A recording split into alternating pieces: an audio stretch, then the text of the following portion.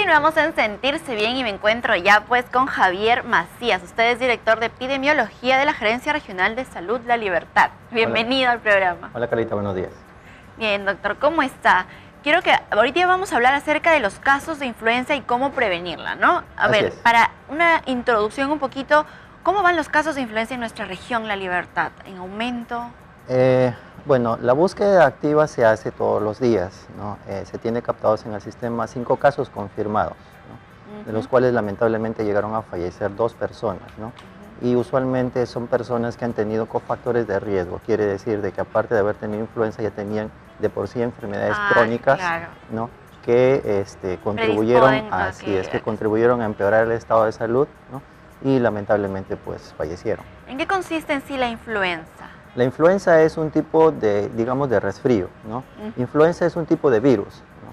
Que tiene múltiples divisiones. La llamamos influenza tipo A, tipo B y tipo C. Las que nos preocupa en mayor proporción es la influenza A, ¿no? Después viene la influenza B y en mínima proporción la influenza C. Entonces, influenza A e influenza B siempre están involucrados en lo que es brotes, epidemias, ¿no? Recordemos en México la pandemia, ¿no? Entonces la porcina, esa es influenza A, H1N1, la que nuevamente está circulando. Está circulando nuevamente. ¿Y a qué se debe que esté circulando nuevamente? ¿Es porque hemos bajado las defensas de protección, hemos dejado de prevenir, ¿no? Hemos dejado de cuidar tal vez las barreras que nos evitan que nos contagiemos? Eso es parte de las actividades del propio autocuidado, pero recordemos de que por X y Z motivos la persona se moviliza, va de un lugar a otro, o va a una ciudad o vienen de una ciudad. Y entonces o adquirimos la enfermedad en una ciudad o vienen personas enfermas y alrededor de nosotros nos van a enfermar, ya que es una enfermedad... El contagio es directo, contagio directo. Entonces tenemos 2 maneras de contagio. El contagio directo, podemos establecer una comunicación con una persona y si esa persona está con influenza y tiene una distancia menor a 2 metros, nos vamos a contagiar rápidamente. Diferente es que si tuviera un poquito más de distancia.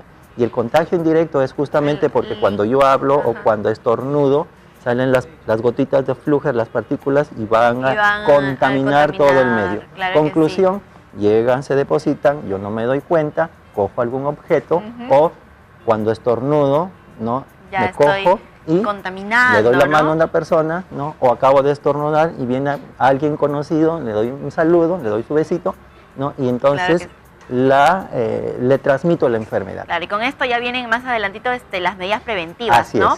Pero yo quiero saber, ¿qué personas son más propensas a tener complicaciones? ¿Qué edades, qué personas? Buena pregunta. Tenemos siempre las etapas de vida, las primarias y las últimas. O sea, los menores de 5 años porque su mecanismo de defensa está en pleno reconocimiento del entorno externo, ¿no? Y está estimulándose para que haya un buen mecanismo de defensa, ¿no? Ellos son los grupos de riesgo vulnerables en la primera etapa. En la última etapa, las personas de la tercera edad, mayores de 60 años, que ya de por sí el sistema inmunológico también no es de la de un joven, ¿no es cierto? Entonces ya está un poco decaído, más la carga que pueda tener de enfermedad propia hace de que ese sea otro factor de riesgo. Otros grupos de riesgo, las gestantes.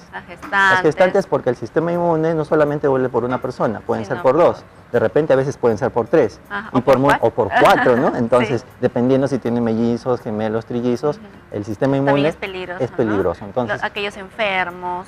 Cuando hablamos de enfermos, personas hipertensas, personas con problemas diabéticas, las personas con insuficiencia renal, las personas obesas, de obesidad, las personas con insuficiencia renal, personas que pueden tener alguna cardiopatía o de por sí han nacido con un problema congénito como por ejemplo síndrome de Down, ¿no? Entonces son personas que tienen enfermedades que comprometen su sistema inmunológico, que no los va a defender como una persona completamente sana, tal vez, ¿no? O que hace una actividad deportiva o come saludable, etcétera. Eso también es parte de eso. También es parte del cuidado. Vemos de que sí, otras personas que pueden ser en riesgo son personas que trabajan en lugares cerrados, ¿no es cierto? Por ejemplo, o que viven en lugares cerrados también. Viven en lugares cerrados, por ejemplo, los ancianos, los asilos, ¿no? Los que están en los penales, en las cárceles, ¿no? El personal de salud, mucho más rápido, el personal de salud que está en contacto directo con las personas en la atención, las enfermeras, los médicos, técnicos de enfermería, las obstetrices, ¿no? Entonces todo ese personal de salud también, por ser personal de salud, ya nosotros somos un factor de riesgo. Si nosotros nos llegamos a enfermar y en una manera masiva, ¿quién va a atender a la población? Claro, ¿no hay que cuidarse ustedes, sobre todo, por favor. Ahora, hablábamos de los grupos de riesgo. Los grupos que son de menor riesgo, por ejemplo, usted, por ejemplo, yo, que tal vez tenemos una defensa más alta, ¿no? ¿Qué secuelas nos podría dejar salvarnos de la enfermedad? Secuelas. Vamos a tener las secuelas en la medida de que tengamos algo en nuestro cuerpo crónico. Un asmático, por ejemplo, se complica. ¿no? Se complica. Una persona de edad que tenga una enfermedad pulmonar obstructiva crónica que no le permite respirar, se complica. Un diabético se descompensa. ¿no? Una persona con hipertensión hace un problema en toda la economía, en todo el organismo y llega a complicarse. Pero ¿no? el tratamiento es accesible, es efectivo. Buena pregunta. Entramos con el tratamiento. Como es un virus, ocasionado por un virus es un microorganismo difícil de combatir. Así nomás no se elimina. Hay medicamentos antivirales, sí, pero ¿cuándo se pueden utilizar? Usualmente se pueden utilizar cuando captamos a una persona y está en sus primeras 12, 24, 36 o 48 horas de enfermedad.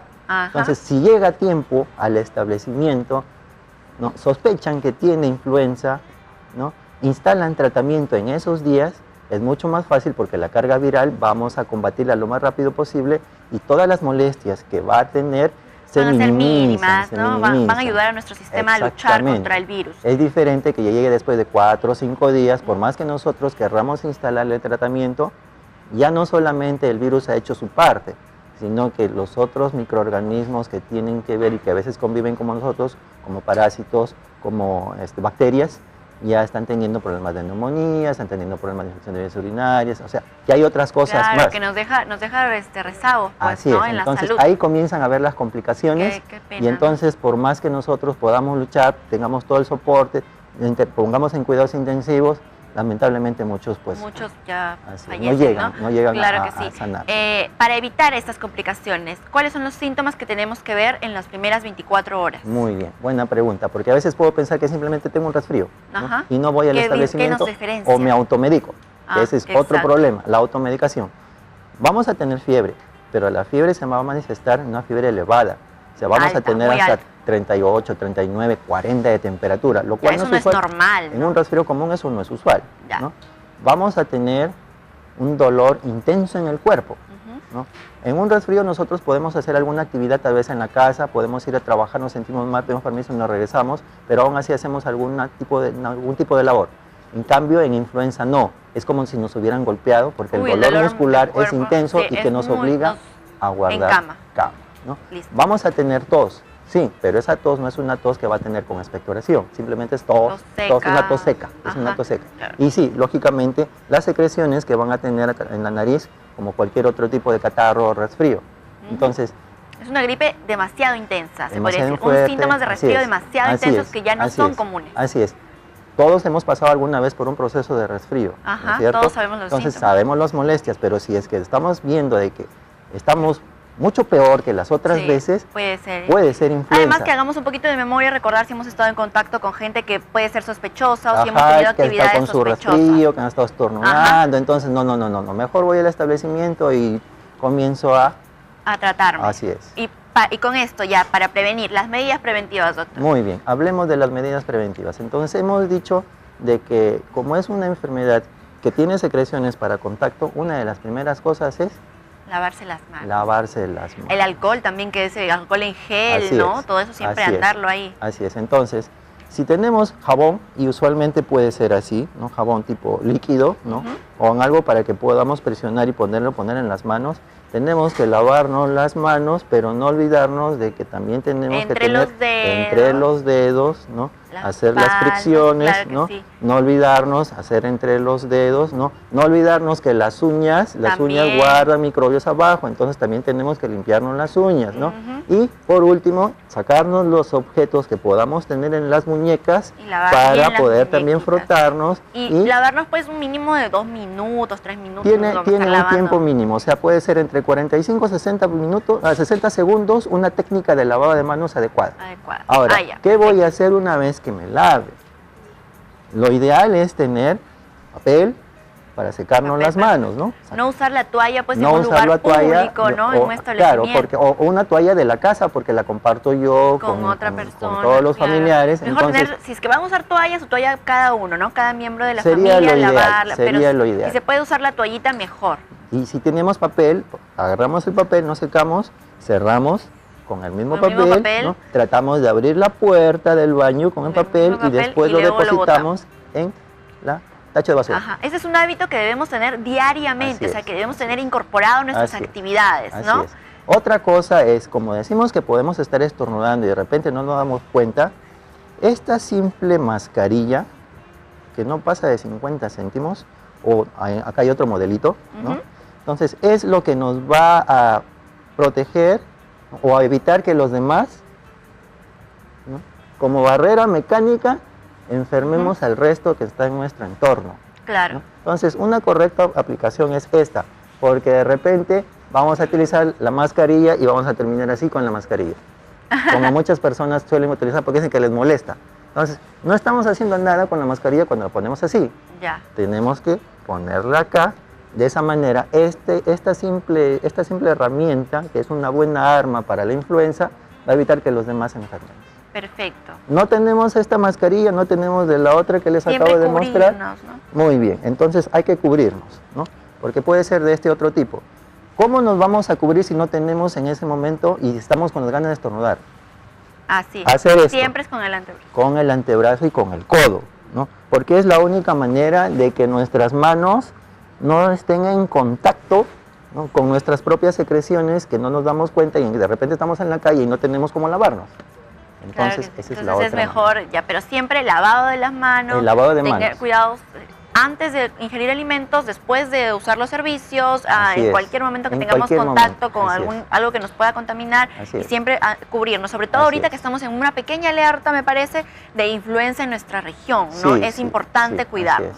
Así es. Bien, doctor. Parte del autocuidado también implica, si es que somos grupos de riesgo, es la vacuna. Vacunarnos. Lo que siempre están preguntando, sobre ¿cuándo todo nos los vacunan? grupos. ¿No? Entonces, por ejemplo, esta vacuna es una vacuna monodosis que es para adultos. ¿Ya? Y esta vacuna es para niños, ¿no? Entonces, esta viene en multidosis porque esta se garantiza según calendario de vacunación.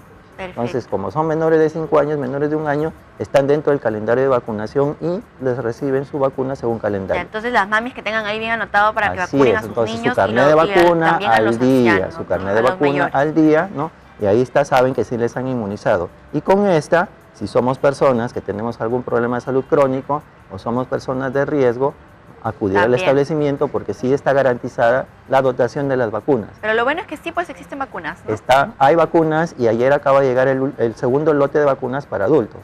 Entonces, la población en riesgo sí está cubierta. ¿Y a dónde se pueden acercar para más información, para poder saber dónde adquirir las vacunas, cómo vacunarse, cómo protegerse? Muy bien. Las vacunas son gratuitas y están en todos los establecimientos de salud. Todos los establecimientos de salud. O sea, listo. Hay garantía y cobertura de vacunas.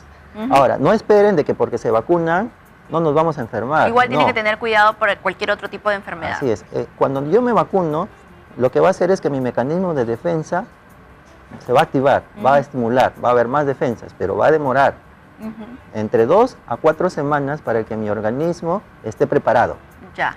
Si yo adquiero la enfermedad, igual, no me voy a complicar. La idea de vacunarse es no sufrir complicaciones posteriores. Esa es la clave. Que son graves y que realmente son las que nos hacen, pues, a veces... Así es. perder, ¿no? A ver, tenemos la página web también de la Direza, lalibertad.gov.p, para que visiten ante cualquier información. Ustedes encuentran también su fanpage, ¿no? Gerencia Regional de Salud La Libertad. También, Usted es el doctor Javier Macías, ¿no? Es. Experto en epidemiología. Así es. Muchísimas gracias, doctor. La información ha sido realmente útil, sobre todo en estos momentos en los que estamos en alerta, pues, y que tenemos que cuidarnos todos y siempre estar cuidándonos, pues, en cuanto a nuestra salud, nuestra higiene y todo lo que nos prevenga las enfermedades. Así es. Y un saludo también de parte de la Gerencia Regional de Salud por intermedio de la doctora Evelyn Goicoechea, a toda la teleaudiencia, ¿no? Y también al personal de salud que sale a hacer las actividades normales. Gracias. Un aplauso para ellos. Muchísimas gracias. Okay. Bien, amigos, me voy a una pausa comercial. No se olviden que estamos colaborando con Magia este 28-29 de mayo, la campaña nacional. Es a favor de los niños con cáncer que van a ser tratados por todos ustedes. Muchísimas gracias. Ahora sí, me voy a una pausa comercial y regreso con más.